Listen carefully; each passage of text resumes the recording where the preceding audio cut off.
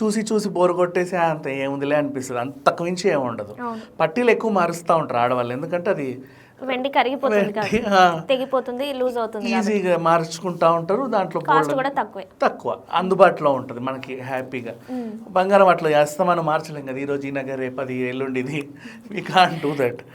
So అందుకని చెప్పేసి అంటారు. నువ్వు అడిగింది మంచి క్వశ్చనే. మోస్ట్లీ ఇట్లా పెద్ద పెద్ద వాటికి ఎవరు వెళ్తారు అంటే రెగ్యులర్గా బంగారం కొనే వాళ్ళు కూడా కొంతమంది ఉంటారు, వీళ్ళు మారుస్తూ ఉంటారు. అంటే మార్కెట్లో ఇప్పుడు ఒక డిజైన్ ఉంది,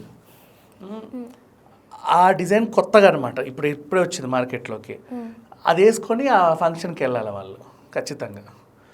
నీ మెడలో బంగారం ఉండడం ఒక ఎత్తు అయితే, అది రీసెంట్ డిజైన్ అవ్వడం ఇంకో ఎత్తు. అంటే అబ్బా వీళ్ళు ఎప్పటికప్పుడు అప్డేట్లో ఉంటారు అనే ఆ సోషల్ స్టేటస్ అలాగే ఉంటారు. మా బంగారం వేసుకోలేదంటే ఇవి ఎప్పుడైనా వింటుంటాం, చిన్న ఫంక్షన్లో అయినా పెద్ద ఫంక్షన్లో అయినా.